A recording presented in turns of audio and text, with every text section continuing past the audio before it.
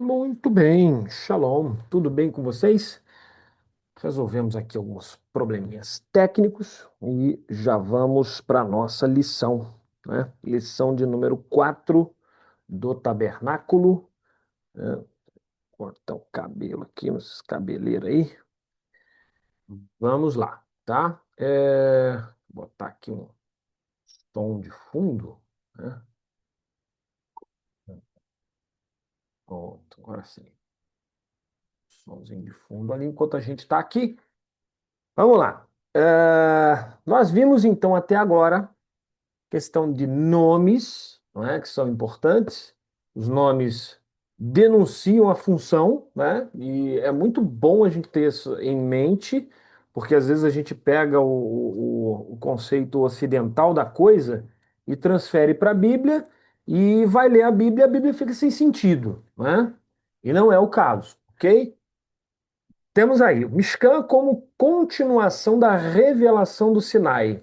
E isso é legal porque Deus se revelou a Abraão. Isaac é uma continuação da revelação de Deus para Abraão, porque ele continua, né, a obra e tudo mais. Jacó é uma continuação da revelação de Abraão, que foi uma continuação da revelação de Isaac, que foi uma continuação da revelação de Abraão, e assim sucessivamente. Só que ao chegar no Monte Sinai, há uma progressão e uma abrangência maior dessa revelação. E aí, nesse momento, a gente recebe, então, uma ordem toda especial. Ordem de culto, ordem civil, ordem como nação, ordens pessoais, né? Ordens para homens, ordens para mulheres e assim por diante, né?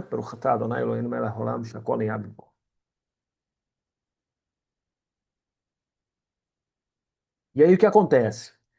Acontece ali que a ordem que Deus dá da construção do Mikdash, ou do Mishkan, ela então se transforma numa extensão, uma continuação daquele momento especial no Sinai. Porque no Sinai houve perdão, né? Houve transformação, houve toda sorte de coisas, né?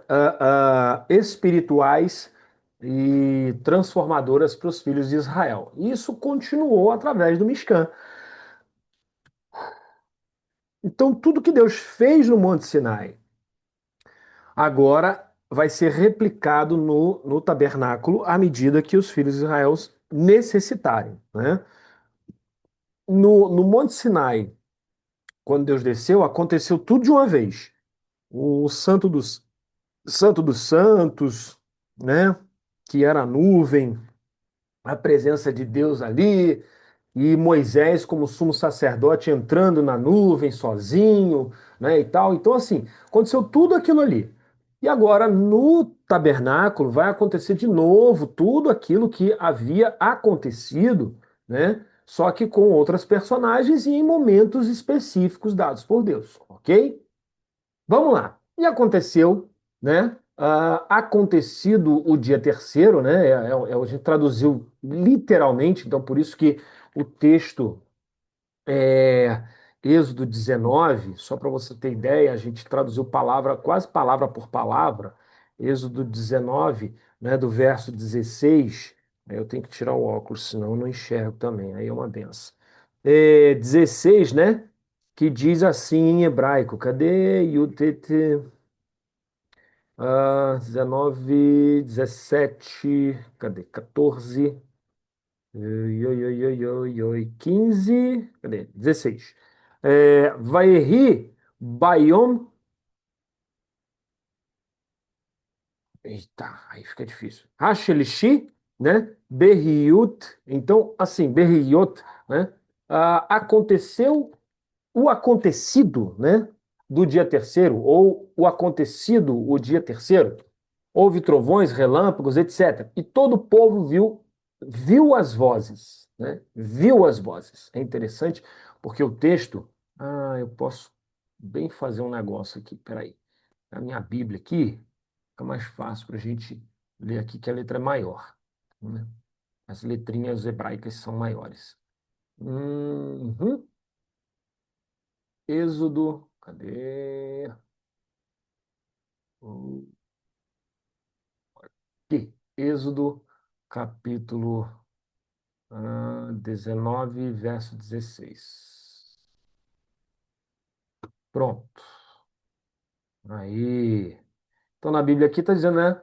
Vai Vayom Hashilishi, Biriot, né? Haboker vai Kolot, Uvrakim, Veanam, Kaved al-Hahar, Vekol, Shofar, Chazak Meod, vai Herad, Kol Ha'am Asher Bamachane. Ou seja, e houve, né, trovões, relâmpagos sobre o monte, uma espessa nuvem, um sonido de buzina forte, de maneira que estremeceu todo o povo que estava no arraial, né?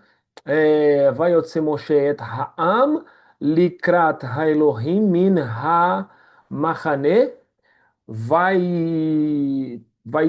ti atsevu Betachit Harhara, ou seja, e todo monte fumegava, né? Saía fumaça, porque o Senhor desceu sobre ele num fogo.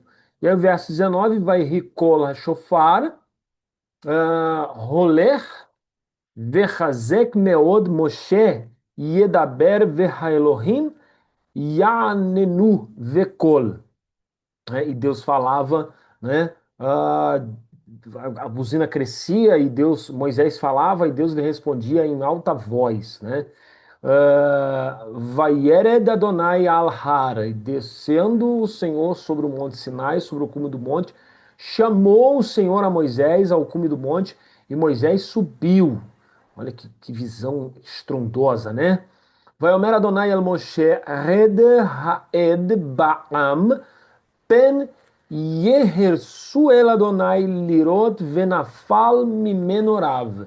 Ou seja, desce, né? Red também, Haed Ba'am, tá? Ao povo para que eles não passem, né?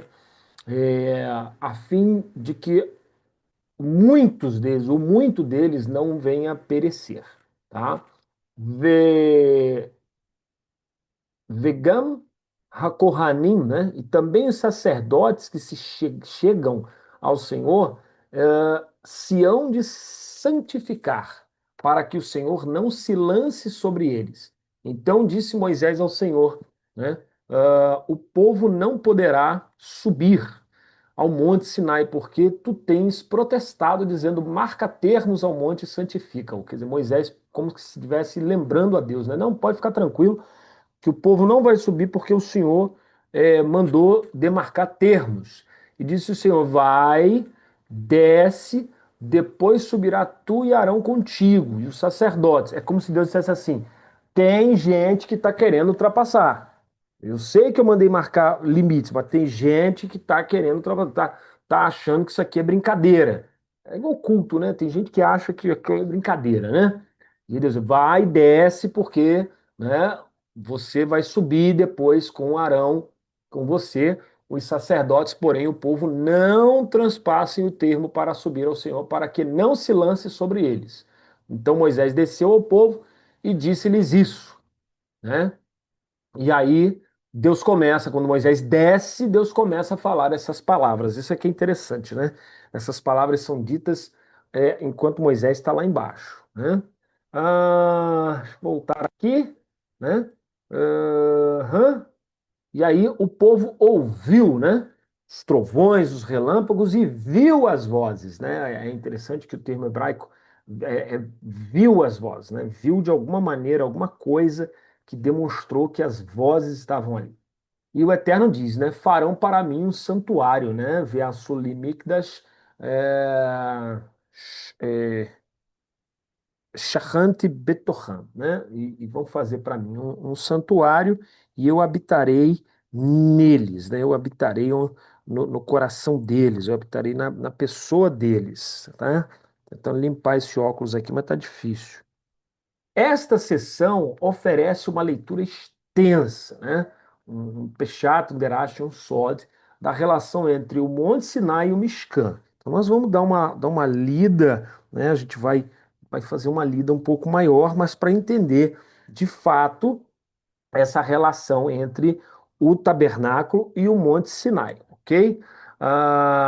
Aí a gente fala aqui que a gente trabalhou com três horizontes: horizonte textual histórico, midrástico e talmúdico, que é o das lendas e da tradição, né? Com ênfase no Midrash Rabbah, e o horizonte místico, que é o Zohar, né? E o coisa, ok? O panorama textual que a gente trabalha aqui é a sequência canônica. A Torá situa a entrega dela mesma no Sinai antes das instituições, né, das instruções, perdão, para o Mishkan, né? Não é mera disposição narrativa, a sequência indica função, ok? O Sinai transmite a lei, a aliança, né, e relação, tá? E o Mishkan instrui, né, forma, rito e institucionalidade, né? Então o Mishkan é algo, vamos dizer assim, institucional, né? A função sacerdotal, né, a revelação no monte é a experiência singular, e Deus já fala sobre os sacerdotes antes de dar a ordem sobre esses sacerdotes. Ele não deixa os sacerdotes subirem aqui. Então a ideia é de que já havia gente capacitada para fazer o sacerdócio, né? O Mishkan é a resposta sacramental que torna a experiência perdurável, né, para a vida coletiva, tá? Do verbo ao lugar, né? No Sinai, a ênfase recai sobre a palavra a voz, a aliança. No Mishkan, a autoridade manifesta-se em espaço e objeto. Então, lá no Sinai, a gente tem a voz, né? A aliança de Deus sendo falada. Já no Mishkan, a gente tem a autoridade, né, que se manifesta no espaço e no objeto, ok?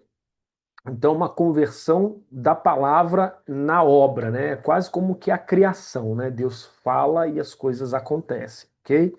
Então, no Gênesis 1, Deus fala com a criação, e a criação, ela produz a terra, relva, árvore que produz semente, que tem a sua semente, árvore fruto com semente, tal, tal, tal. Produz as águas, enxames de peixe com réptil, tararara, e aves. Depois ele diz: produz a terra, animais e répteis também, que vão rastejar sobre a terra, não sei o que, não sei o que, não sei o que. E a natureza vai produzir. A água vai produzir os peixes, a terra vai produzir os animais e etc. Está lá no capítulo 1 de Gênesis. Aqui a mesma coisa. Deus dá ordem a Moisés e aos filhos de Israel. E eles vão produzir. Essa é a visão que nós precisamos entender. Deus dá ordem e quem vai produzir somos nós. Deus dá ordem da adoração, quem vai adorar somos nós, quem vai invocar a presença dele somos nós. É uma coisa que parece loucura, né? Ué, mas se Deus já está falando para a gente invocar a presença dele, porque se ele já está aqui, para que invocar se ele já está aqui? Mas é a ordem de Deus, não é algo para se entender com lógica. Como eu sempre falo com a minha esposa, as pessoas têm uma mania de, faz sentido, faz sentido. Sim, claro que tem que fazer sentido, é óbvio, a coisa não pode ser ilógica, né? Mas Deus não é um ser que faz sentido. Tá entendendo? Tem coisas em Deus que não fazem sentido. Na mente humana, eu estou falando para a mente humana, não faz sentido, não tem lógica isso, né? Se Deus sabe de tudo, por que ele me manda orar? Porque ele já não me supre as necessidades de acordo com a minha carência. Ora, ele não sabe de tudo, ele não sabe o que eu preciso, ele não sabe que eu vou me sentir bem ou me sentir mal com certas determinadas situações. Porque Deus, se Deus conhece a fé de Abraão, para que pede o filho? Então são coisas que não fazem sentido, não tem lógica, mas está no campo da obediência, que a gente chama de emuná, fidelidade. Por isso que diz o profeta menor: o justo viverá pela emuná, pela fidelidade. Não é fé no sentido pistes do grego. Em grego é pistes, que é essa fé que não é só uma fidelidade, ela é muito ligada, pistes, a uma esperança, né? A uma crença. A fé não é assim em Deus. A fé no eterno, na Bíblia, nos escritos sagrados antigos, é claro.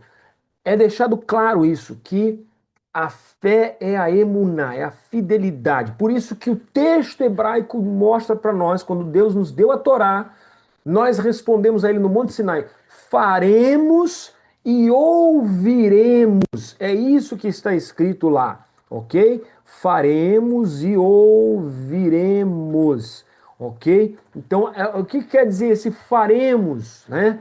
E depois ouviremos de Deuteronômio, capítulo 5, né? Eu vou botar aqui na Bíblia aqui para ler no bom hebreu, Deuteronômio 5, 27. Né? Cadê 27?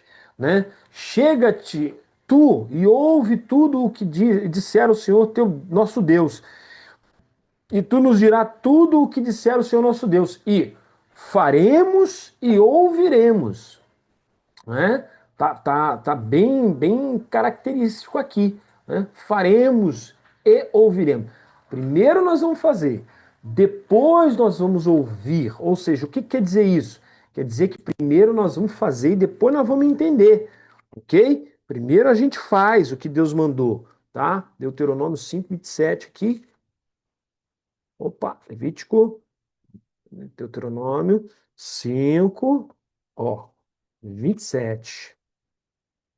E o texto diz, né? Ah, direi os mandamentos, estatutos, juízos que lhes ensinarás, e eles cumprirão na terra que eu estou dando para eles herdar. E cuidareis de fazer como vos ordenou o eterno vosso Deus, e não vos desviareis para a direita nem para a esquerda. Todo caminho que vos ordenou o eterno vosso Deus, andareis para que vivais e seja bem. Sei lá, aqui nessa versão aqui tá diferente. Aqui já é no seus mandamentos e estatutos Deus ordenou na terra, a fim de ter mais o teu Deus, seus estatutos, preceitos, todos os dias da tua vida, para que por longos dias e ouvirás Israel, guardarás teu juízo. Ué, peraí. Ali tá num texto e na nossa Bíblia aqui tá em outro. Ah, não. É outra coisa. Isso aqui é a repetição. No, o texto chave aqui é Êxodo 24, 7. Vi errado aqui. Êxodo 24, 7. Me perdoem, tá? Êxodo 24, 7, que diz assim: E tomou o livro da aliança e leu aos ouvidos do povo de Israel, e eles disseram: Faremos e ouviremos tudo que o Eterno nos falou. Então é isso aí, né? Leio em hebraico aqui, 5, 7, né?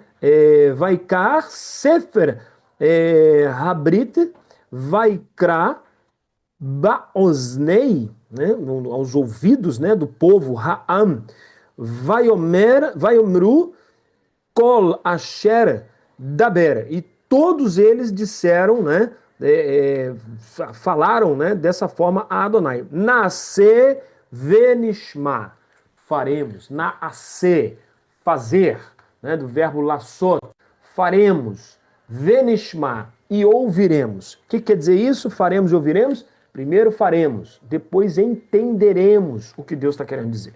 Primeiro a gente vai cumprir, depois a gente vai entender o que Deus quer que a gente faça, ok? Só uma cigarra ali bonitinha. Eita. Daqui a pouco ela vira. Olha lá, pousou. Daqui a pouco ela vira comida de passarinho.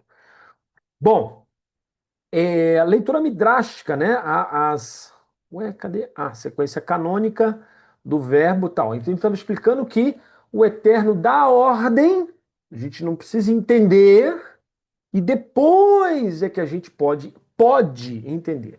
Pode, se Deus assim quiser, se Deus assim desejar, ok? Aqui tem um. Deixa eu só. Não vai estar aqui, né? Pam, pam, pam, pam, pam. Não está aqui não. Não marquei, aí até achar vai demorar. Leitura midrástica. As principais tradições em Midrash Rabbah, Shemot 33. O Midrash Rabbah, que é muito importante esse Midrash, articula várias leituras que conectam explicitamente o Sinai ao Mishkan, ao tabernáculo. Aqui condensamos estas leituras com comentários e aplicações. O plano primordial de Deus. Midrash afirma que em alguns trechos que o modelo do Mishkan existia em pensamento divino antes mesmo da queda do homem. Claro, tudo estava no coração de Deus, tudo estava na mente de Deus, né?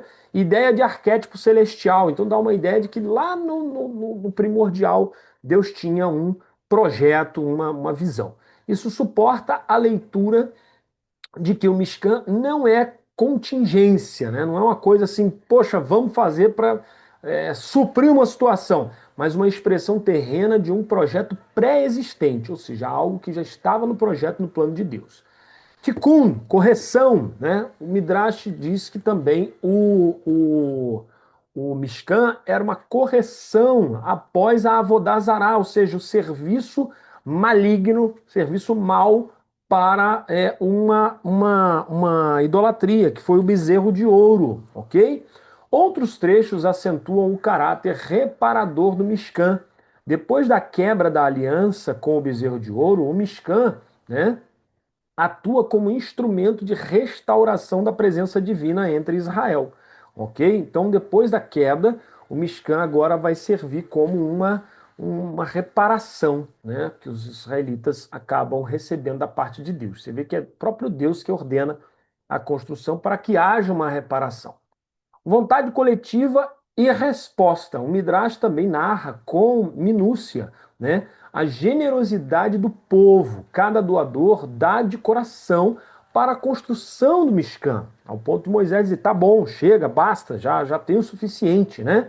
A construção aparece assim como uma resposta ética e litúrgica à revelação recebida. Ouvir no Sinai conduz a agir no presente, né? Simbolismo cosmológico. O Midrash oferece também leituras que leem o Mishkan como microcosmo, né? As cortinas, as tábuas, os querubins, tudo tem paralelo com elementos celestes. A construção material atualiza, né, imagens celestes conferidas na revelação, ok? Elementos temáticos, né, que atravessam, tá, Sinai e Mishkan. Então existem elementos temáticos ali que vão além, né, do Sinai e além do próprio Mishkan, ok? Uhum. Deixa eu ver aqui, só uma coisinha aqui, uma pausa aqui que eu fui consertar um negócio. Vocês não veem, né? Mas a gente consegue dar pausa nesse programa aqui. É legal que a gente consegue dar pausa. Bom, então, Kavaná, aceitação, né? Em Sinai, Israel recebe a Torá com Kavaná coletiva. O Mishkan é o espaço onde essa Kavaná deve ser cultivada diariamente. Kavaná é boa vontade, tá? Boa intenção, perdão. Boa intenção. Uma intenção para o bem com uma força de desejar aquele bem como se aquele bem já estivesse ali presente, ok? Essa é a Kavaná, é ter esse desejo, tá?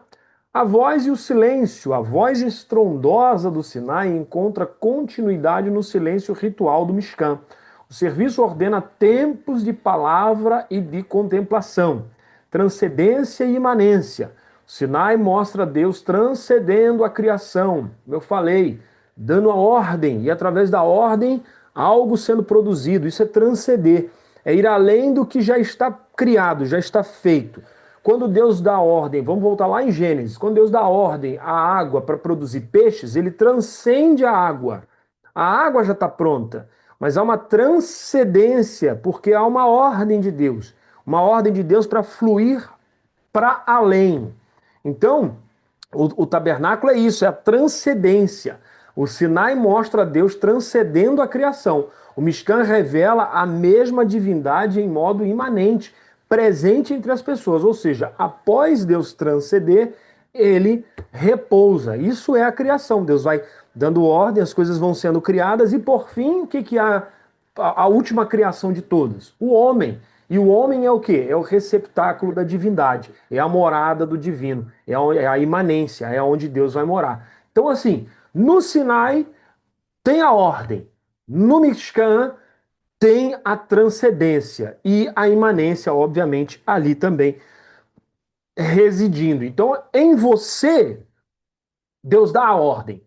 E quando você produz, há a transcendência e nessa transcendência a imanência, ok? Você recebe a ordem de Deus, você produz, né? Vai nessa tua força que você vai libertar. Não tem libertação, tem escravidão. E você, é dada a ordem, você vai e a força de Deus em você produz libertação, produz a produz algo novo, transcende o estado em que as pessoas estão. Por isso que, né, Isaías diz: o Espírito do Senhor está sobre mim, pelo que ele me ungiu. E ele me ungiu para quê?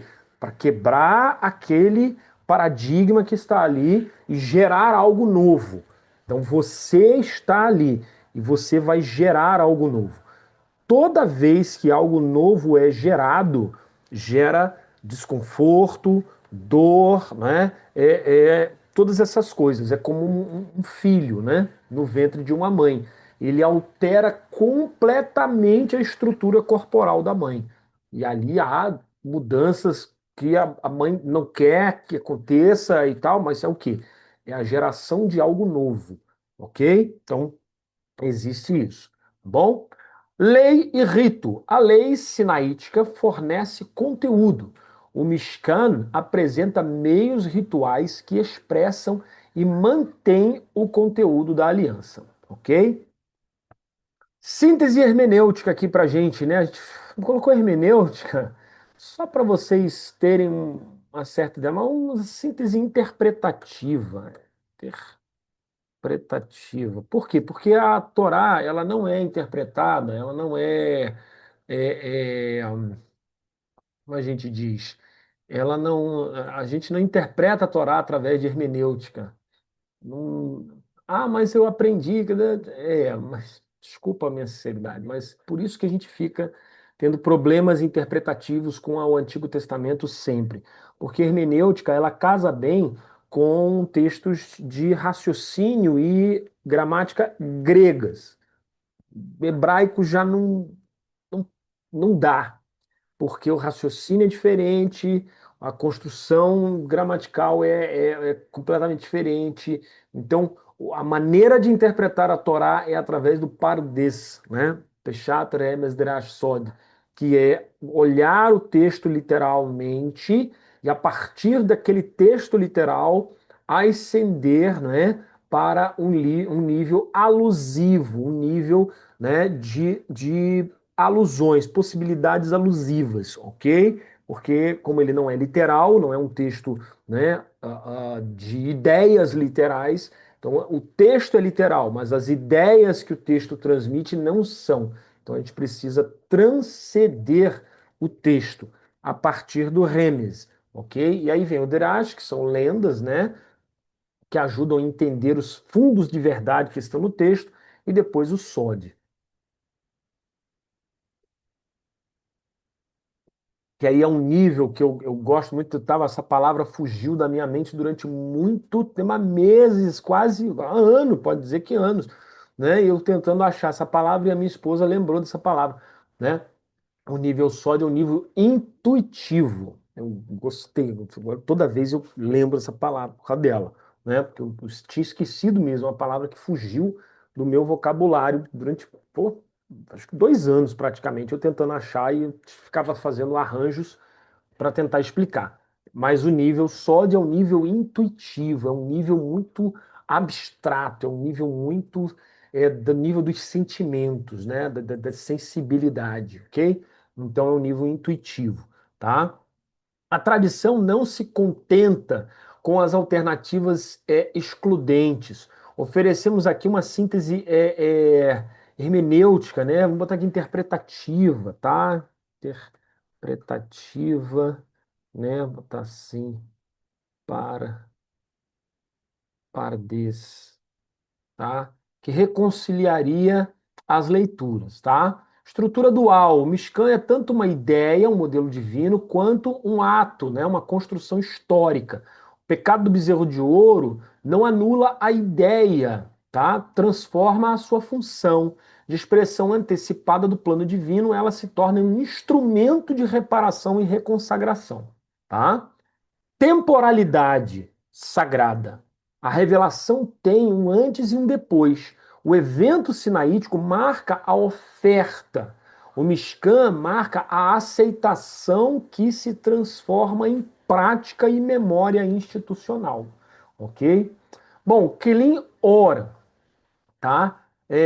Os vasos, né, e a luz. Pensa-se o Sinai como doação de luz primordial. O Mishkan constrói o Kilim, vasos, né, que abrigarão essa luz na realidade histórica de Israel. Se a gente for pensar na luz primordial, lá na luz do primeiro dia, tá? Não em termos físicos, mas em termos espirituais, a gente vai entender que Deus preparou, né, uma, uma energia dele, um poder dele mesmo para habitar nos seres que seriam criados.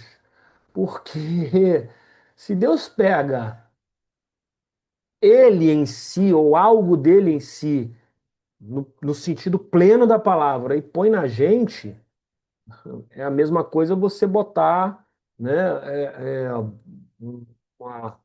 uma, como é que fala, um bastão de urânio, né, dentro de uma panela de pressão.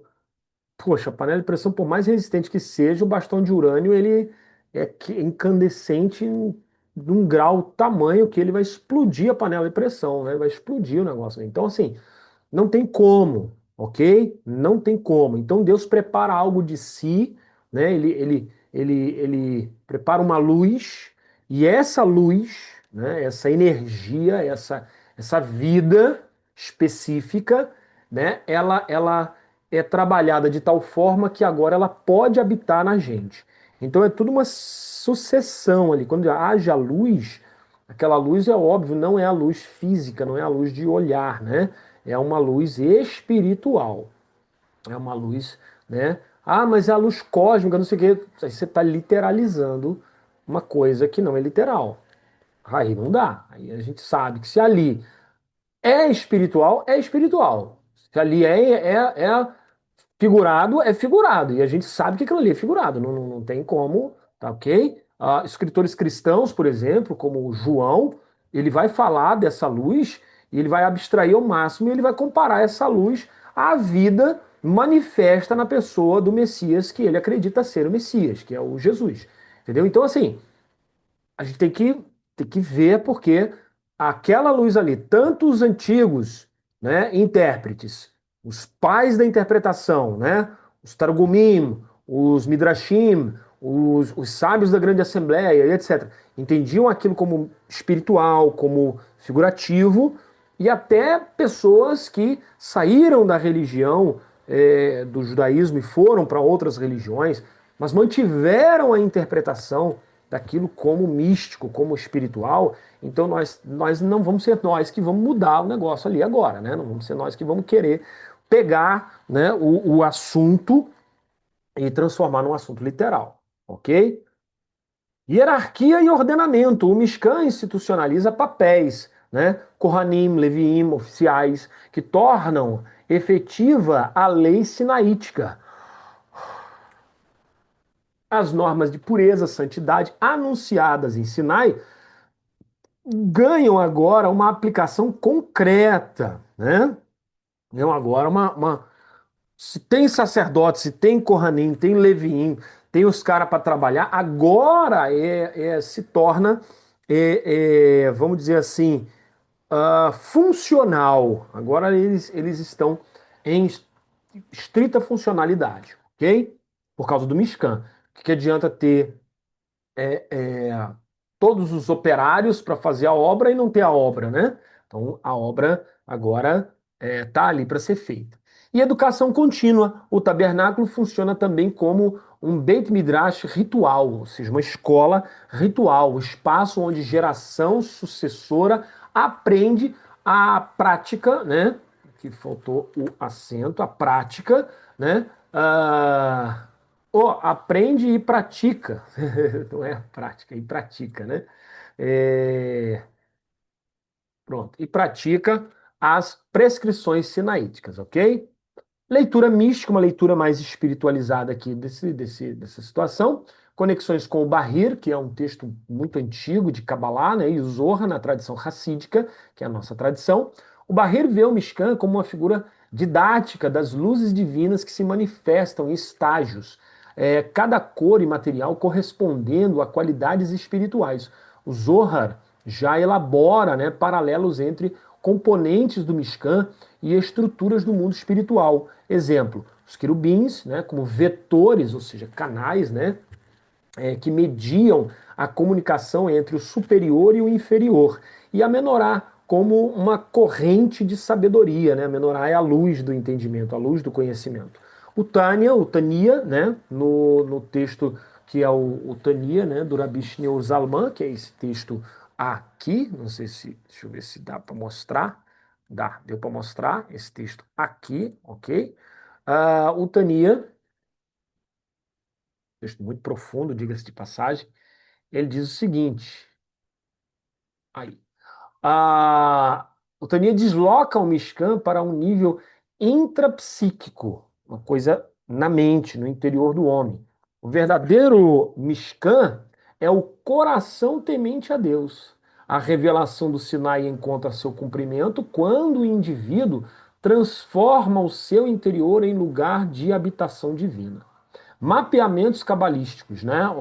As visões cabalísticas. Diversas escolas ligam os itens do Mishkan às 10 sefirot que a gente sempre menciona aqui. A gente vai só mencionando até vocês ficarem bem familiarizados com os nomes, com essa ideia de sefirá, e depois a gente vai ensinar o que é isso, tá?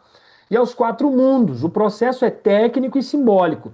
O Sinai fornece a luz da Torá, o Mishkan organiza a canalização dessa luz através de configuração simbólica, tá bom?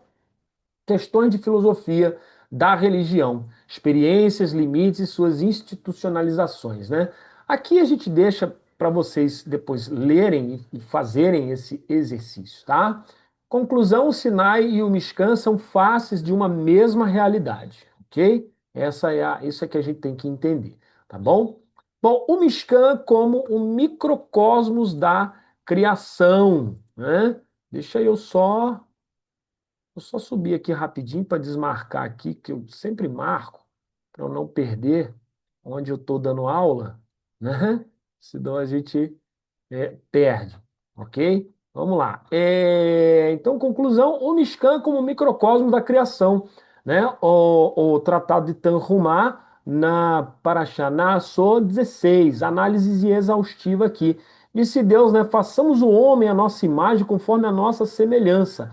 A criação como moldura. O Mishkan, na verdade, como a gente falou lá atrás, ele é como uma reencenação, ó, reencenação ritual da obra da criação. A gente já mencionou isso, né? Essa lição propõe essa leitura para a gente. Pressuposto midrástico, o princípio da relevância do Sinai no Mishkan. O Midrash Tanhumá, na Parashá Nassó, ele acolhe a interligação temática, né? Na Paraxá, Nassó, ele acolhe a interligação temática entre a criação e a construção do Mishkan. Olha que interessante. A ideia central é que a história sagrada não é apenas linear, mas ela repete. Atos originais de criação são reproduzidos nos ritos que organizam o corpo nacional, que é o Israel, ok? Se em Bereshit, perdão, Deus organizou o cosmos, né, em ordens e fronteiras, tá? Separando luz das trevas, água de cima de água de baixo, firmamento, terra seca, vegetação, astros, etc. O Mishkan reativa essas estruturas simbólicas para instruir um cosmos humano sagrado, né? Um cosmos humano sagrado. Ou seja, o que ele quer dizer é que o Mishkan, ele é um retrato do corpo humano. Do ponto de vista do Midrash, essa reativação é pedagógica. O povo que saiu do estado de potencialidade para o estado de nação deve, por meio agora do tabernáculo, aprender a ordenar o espaço, a matéria, o tempo, segundo a intenção divina. Então a gente precisa ordenar o nosso espaço, nossa matéria, ou seja, o material que nós usamos, e o nosso tempo segundo a vontade divina. Ok? Mas tem hora para comer, tem hora para fazer as coisas. E o que que comer, né? O que que a gente vai comer, o que que a gente vai fazer. Tudo isso deve ser adequado de acordo com a vontade de Deus. Em lugar de uma correspondência mecânica, né, dia X, utensílio Y, propomos categorizar as relações segundo os eixos temáticos que atravessam tanto o relato da criação quanto a arquitetura do Mishkan. Eis esses eixos essenciais que estão ligados aqui. Olha que legal, ó. Luz e iluminação do primeiro dia. Haja luz. Está ligado ao quê? Está ligado ao candelabro, a menorá. A luz contínua da menorá como emulação do primeiro ato criador, trazendo luz ao mundo. O que que iluminava dentro do Mishkan? Só a menorá, só ela. E ela não poderia ser apagada. Ela não poderia ser apagada. E aí que está uma coisa interessante que às vezes a gente vê Samuel deitado lá no tabernáculo, né, próximo ao tabernáculo, próximo ao lugar santo, e a Bíblia vai dizer que Deus veio falar com ele antes da lâmpada de Deus se apagar. Mas o que que quer dizer isso? Bom, em termos literais, está falando que os levitas estavam negligenciando o serviço divino e deixando a lâmpada se apagar para acender no dia seguinte. A lâmpada não poderia ser apagada. A lâmpada não poderia, é, é, como se diz, gastar todo o seu azeite para depois tentar reacendê-la. A lâmpada deveria ficar acesa continuamente. A menorá não poderia ser apagada. Então, às vezes, o serviço é negligenciado e a lâmpada se apaga. A lâmpada é, é, perde o seu serviço. Então nós não podemos permitir, porque desde a criação, a primeira coisa que Deus fez foi haja luz. Deus trouxe luz, Deus acendeu a chama, né? Então a gente não deve permitir que a lâmpada se apague, ok?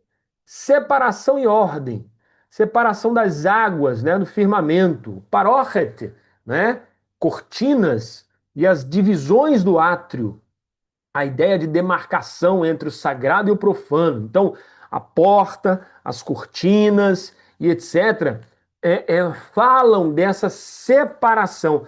Deus não quer mistura, porque a mistura é o contrário da santidade. Santidade é a separação.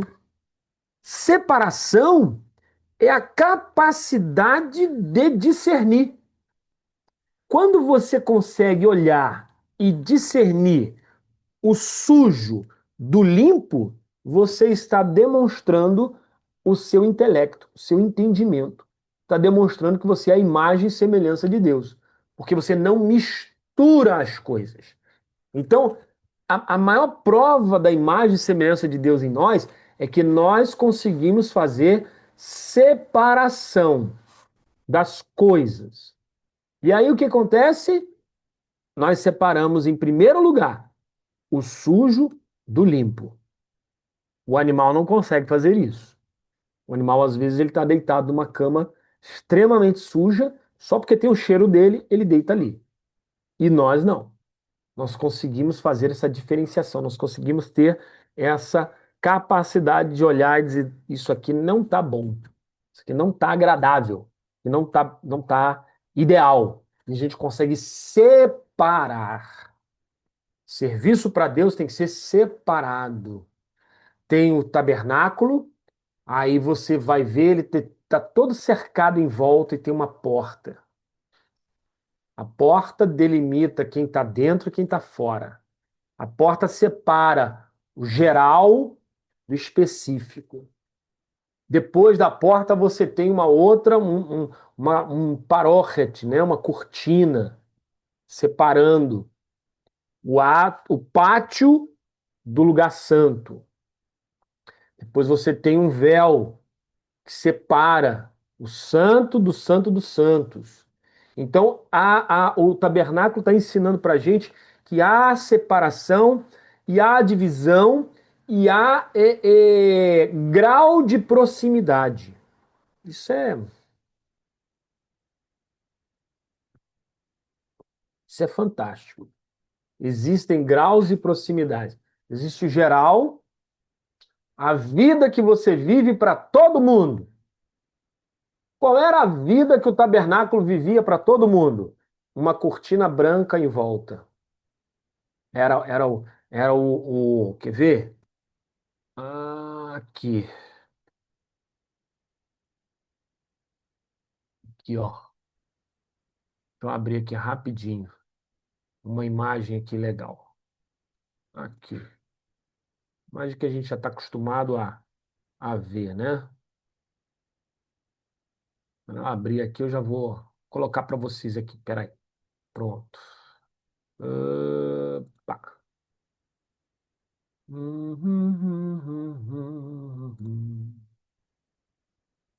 Ah, deixa eu mostrar para vocês aqui. Olha que interessante.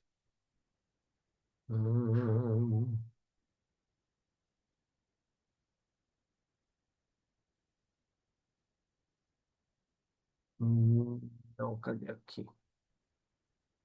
Ok. Olha aqui que legal, né? Tabernáculo. Aí, deixa eu aumentar a imagem aqui. Olha que legal. Olha que bacana isso aqui.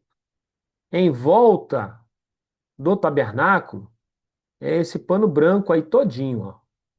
Esse pano branco todinho, né? É ele aí, ok? Deixa eu. Isso. Aqui e aqui, né? Aqui, ó. Então, um monte de setinha aí, ó. É essa cortina, esse coisa branco aí em volta dele todinho. Então, em volta dele é esse tecido branco. Por quê? Porque é a divisão do lugar de dentro para o lugar de fora. Aqui é o geral. Aqui é geral. Geral. Ok? Geral. E aqui é o particular. Particular. Ok? Então, aqui no particular, no par de dentro, e aqui o geral. O que que o povo vê? O povo vê o geral, porque o povo está no geral. Compreendem isso que eu quero passar para vocês? Quem está do lado de fora está no mundo geral, está no mundo generalizado. Então, o que que essa gente enxerga do tabernáculo a grosso modo? O pano branco. Nossas vestes para o mundo geral tem que ser branca. Primeiro que o branco não define coisa alguma, né? O branco é branco. O branco demonstra limpeza, denota pureza, denota todas essas coisas, mas ao mesmo tempo não define nada. O branco é branco.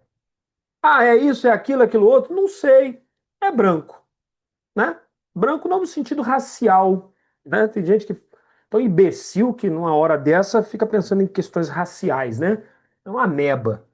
Está falando de questões filosóficas. Então, o branco é branco, uma página em branco, ok? Branco. Não define nada, tem nada definido, tá? É branco, ok? Ah, e do lado de dentro? Aí do lado de dentro já é diferente. Do lado de dentro aí tem, né, altares, tem uma casa que é o lugar santo e o santo dos santos, aí é diferente. Tem pia, tem serviço, Aí é uma vida, já é a vida, nossa vida, nosso interior, já é a primeira parte do nosso interior, ok? Então, eu, como tabernáculo, para o mundo geral aí fora, eu tenho que ser branco, né? Branco no sentido de vestes brancas, roupa branca, uma roupa que ninguém tem o que falar. Gente boa, cara legal, um testemunho bacana, uma vida correta. E tá, mas eu não tenho o que dizer, não tem definição, nem para lá e nem para cá. É uma pessoa bacana, beleza. E aí você tem, óbvio, né?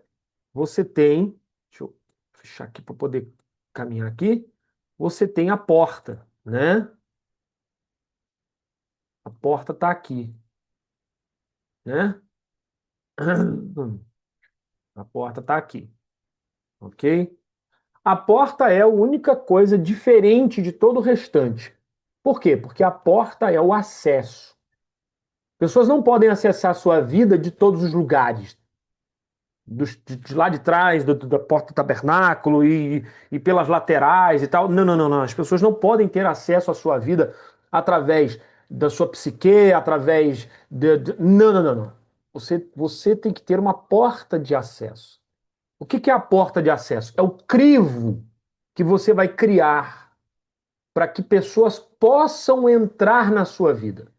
Não, não é qualquer um que vai entrar na minha vida, não. A pessoa tem que passar por esse crivo aqui, que é o quê? É a porta de entrada.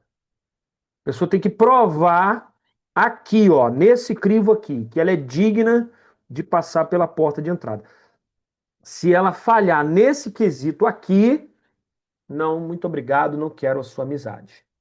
Não quero a sua intimidade. A gente pode até ser colega, a gente pode até ter, né, relações, mas no geral. No geral, uma relação geral. É isso que o tabernáculo está ensinando para a gente, ok? Então ele é o nossa vida. E depois? Depois daqui, né? Aí a gente vai ter o quê? Vai ter o santo, lugar santo. O que que é o lugar santo? Aqui, ó, tá vendo? Aqui é a porta de entrada do lugar santo. Por que que é o lugar santo? Porque o nome já diz, é um lugar separado, né? Não é um lugar qualquer. Se para entrar na minha vida normal, cotidiana, do serviço cotidiano, né? O serviço comum, que aqui é o serviço comum, ó. Todo judeu vem aqui. Todos os israelitas daqui, ó, todos eles têm acesso, né? Todos os judeus aqui, ó, dessas tendinhas aqui, têm acesso a esse ambiente aqui. Mas não é todo mundo que vai entrar nesse lugar santo aqui, né? Opa, deixa eu limpar aqui. Nesse lugar santo, não. No lugar santo não é qualquer um que vai entrar aqui, né? Por quê? Porque a pessoa tem que passar por esse crivo aqui para poder conhecer a minha vida cotidiana, meu trabalho, meus afazeres, a vida comum minha, tá? É um pouco particular, mas ainda assim é comum, ok? Eu como, onde eu como, tal, coisas particulares, mas que não afetam a minha intimidade. Já aqui no santo, aí não, aí já é intimidade. Aí já começa a ser uma pessoa que é um amigo particular, uma pessoa que já conhece algumas coisas a mais. Então também tem um outro crivo que a pessoa tem que ter, porque tem aqui um véu, uma cortina fechando, ok? E o Santo dos Santos, óbvio, aí o Santo dos Santos não é para qualquer um, é somente realmente pessoas muito seletas.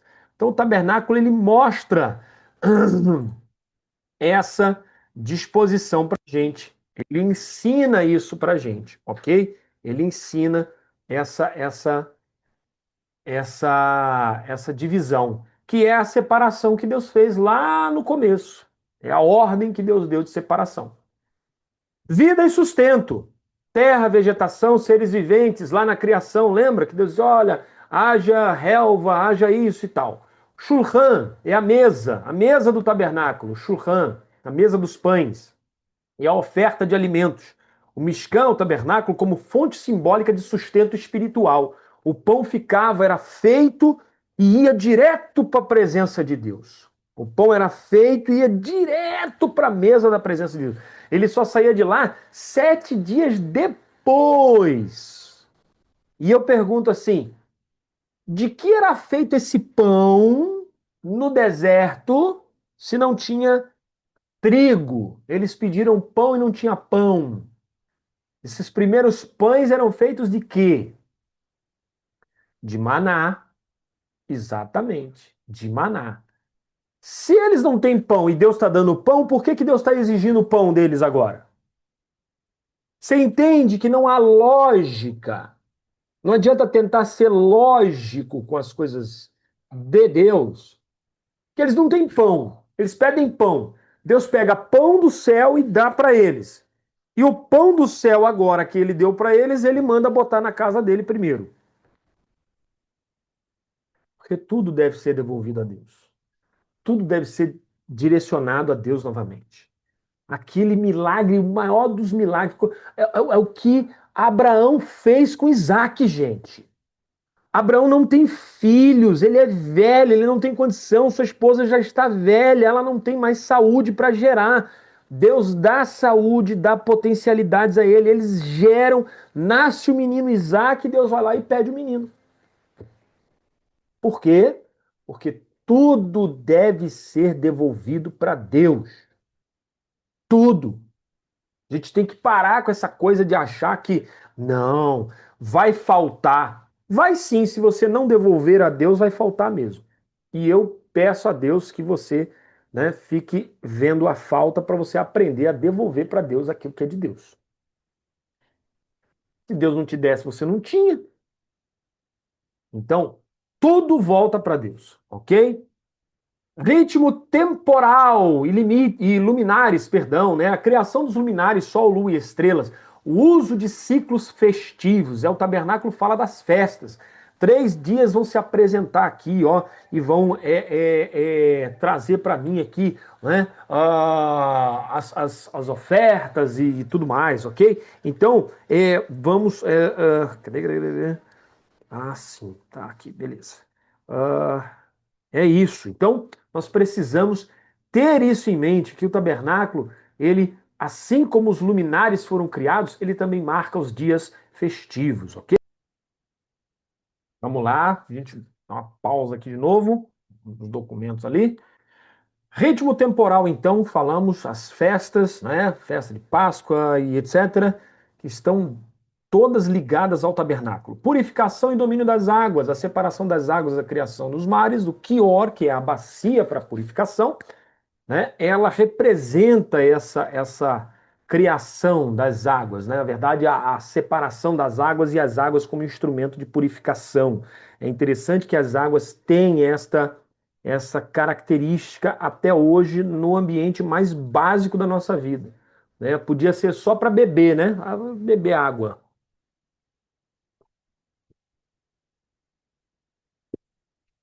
Mas desde que o mundo é mundo, Deus nos ensinou que as águas têm o poder purificador, não só física, mas espiritualmente. Todas as religiões do mundo trabalham a água como uma entidade purificadora, um objeto purificador.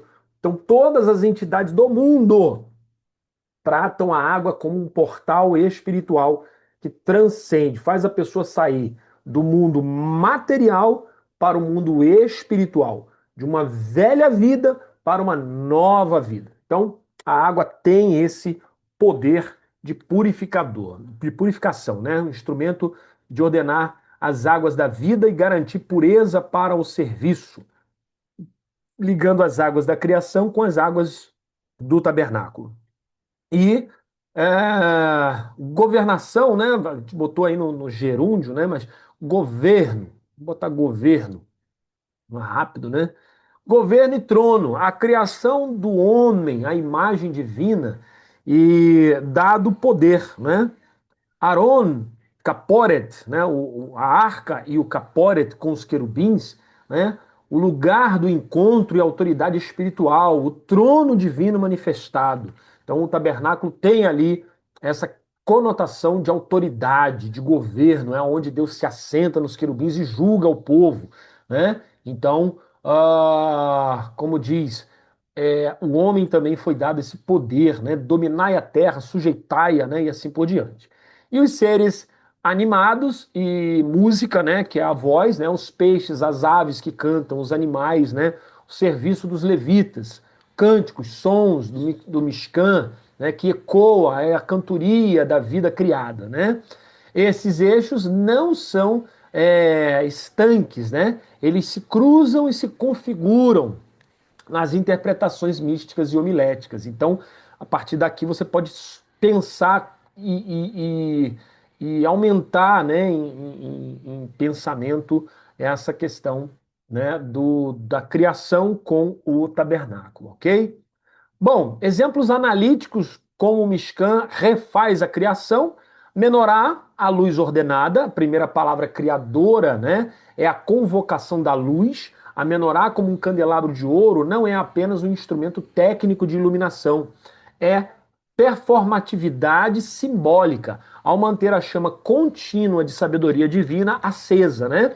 A menorá imita o primeiro ato criador, né, e sustenta a presença luminosa do mundo humano. Não só nisso, a menorá, o candelabro, tem 7 braços. E o primeiro versículo da Bíblia também tem 7 palavras. Bereshit, bara, Elohim, et hashamayim, ve'et haaretz. Faço de novo. Fazer assim, né? Bereshit, bara, Elohim, et hashamayim, ve'et haaretz. 7 palavras. E o candelabro tem 7 braços. Então a menorá, que é a ideia da luz da sabedoria, Provérbios capítulo 20, né, verso 8, né, o 8, 20 ou 28, agora me pegou, peraí, né, acho que é 8 verso 20, Provérbios 8, 20, né, abri aqui só para não, como diz o outro, não ficar só nas minhas palavras, né, mas é 8, 20, fala da personificação da sabedoria, né? Como Deus possuiu ela no princípio e tudo mais, né? Pela estrada da integridade hei de caminhar, trilhando sempre sendas da justiça, né? Aí no verso 22, estabeleceu-me o Eterno como no início do seu caminho, a mais antiga de todas as suas obras, um trono me foi concedido e tal. Aqui está falando da sabedoria, depois você lê, tá? Capítulo 8, verso 20 em diante, fala da sabedoria, que é a luz. Toda vez que alguém tem uma ideia, né? No desenho animado, né? Aparece aquela lâmpada. Por quê? Porque alguém teve uma luz, uma iluminação. Então a iluminação, a luz, tem essa ideia de sabedoria, conhecer coisa nova, ok? O paróquete, né, e as cortinas, né, a porta e as cortinas, né, a arquitetura da separação, a necessidade de distinguir entre o Santo dos Santos e o Santo e o átrio, tá? Que é o véu, né, paróquete é o véu e as cortinas, tá bom? Essa necessidade de distinguir reproduz a lógica criada da divisão entre os elementos. O paróquete funciona como uma membrana que protege a santidade suprema, assim como o firmamento separa as águas de cima das águas de baixo, ok? Shulchan, que é a mesa, né? A mesa com 12 pães que se renovam semanalmente, simboliza o princípio da fecundidade da terra, que de semana em semana o homem ia trabalhar. Trabalhava 6 dias, no sétimo ele parava, havia o descanso, aí ele cessava ali tudo, de fazer tudo, de plantar, de colher, de qualquer coisa, ele ia viver o seu ambiente particular e pessoal ali, comer em casa e tal, tá? E depois entrava novamente a semana. Então essa ideia do Shulchan, né, da mesa, né, com 12 pães que se renovam, 12 pães por quê? Por causa dos 12 meses do ano, já tinham 12 meses no ano, né?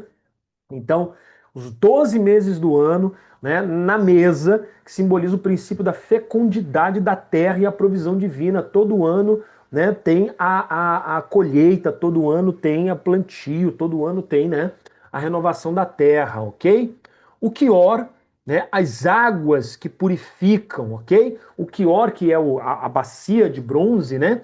Recolhe as águas e permite a purificação, do mesmo modo que as águas foram delimitadas na criação. É interessante, a gente vai ver isso na próxima aula, que a bacia de bronze foi fabricada com os espelhos de bronze das mulheres hebreias que elas ganharam das egípcias, justamente porque a água ela tem o poder de nos limpar. E também a água, ela é o primeiro grande espelho, né, da mosquinha vindo aqui. O primeiro grande espelho da humanidade é a água, né? Então assim, é, é, é interessante notar que ali a bacia foi feita com os espelhos justamente para quê? Para que aquela bacia não só funcionasse como um lugar de limpeza, mas como um lugar de reparo.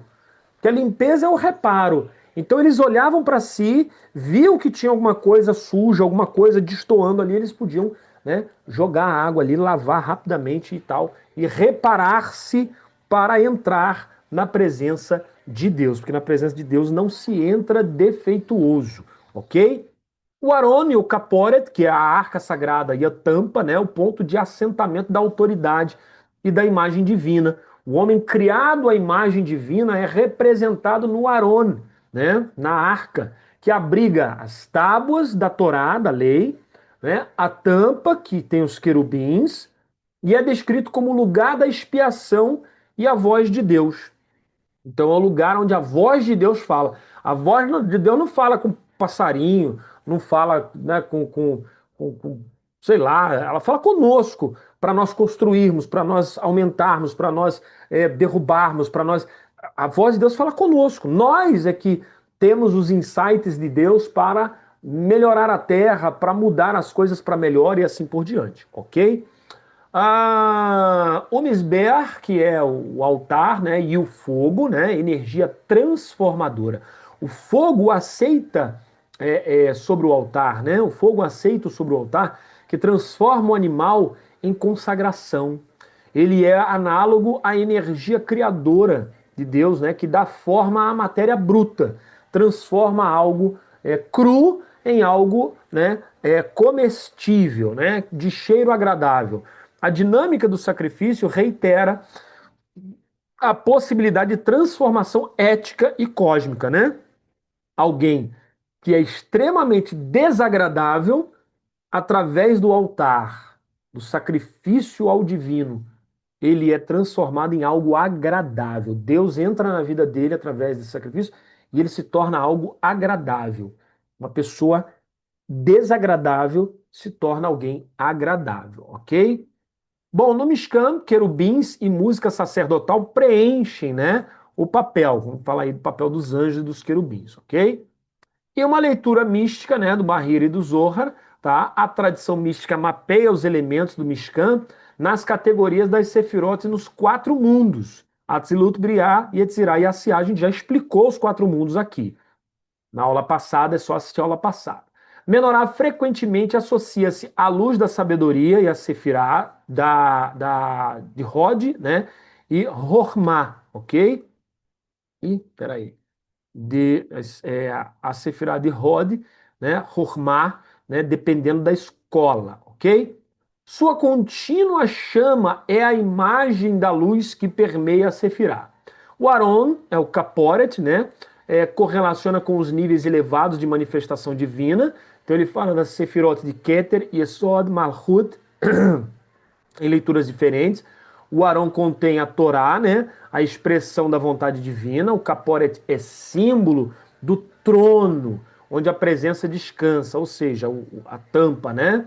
As cortinas, né? E o Parochet, que é o véu, traduzem a ideia de limiares entre os mundos. São os véus que distinguem, né? Asiá, Yetzirá e Briá, ok?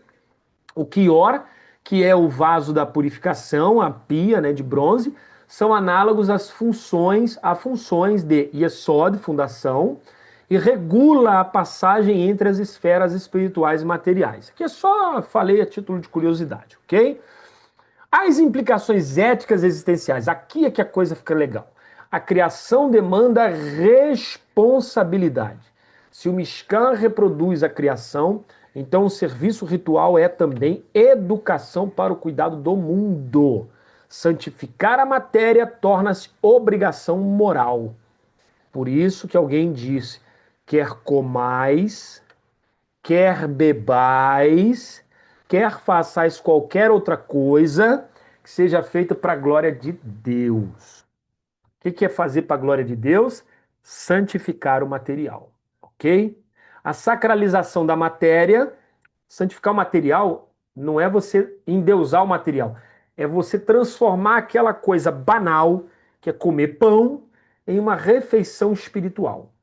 Pegar o pão, agradecer a Deus, elevar aquilo e dizer: Senhor, que maravilhoso, como o Senhor é bondoso. Se o Senhor não tivesse me dado saúde para eu poder comprar o pão, trabalhar para ter dinheiro para comprar o pão, nada disso adiantaria. Eu não teria saúde para trabalhar, ter o dinheiro e comprar o pão. E mais, sim, se o Senhor não tivesse me dado saúde para poder comer, digerir o pão, de nada adiantaria ter saúde para trabalhar, ter dinheiro, comprar o pão, porque eu não ia poder comer o pão. Então, olha que coisa sensacional isso. Por isso que nós temos uma bênção. Eu vou fechar com essa bênção, né? Esse do já está bem usado aqui, tadinho. Mas todo dia de manhã a gente faz a bênção Asher Yatzar, que é essa bênção aqui, ó. É... Baruch atah Adonai Eloheinu melech haolam, asher yatzar et ha'adam bechokmah uvarav nekavim nekavim, chalulim chalulim galui ve'yadua lifnei chesed chevodecha, sheim isatem echad mechem, או יפתח אחד מהם, אי אפשר להתקיים אפילו שעה אחת.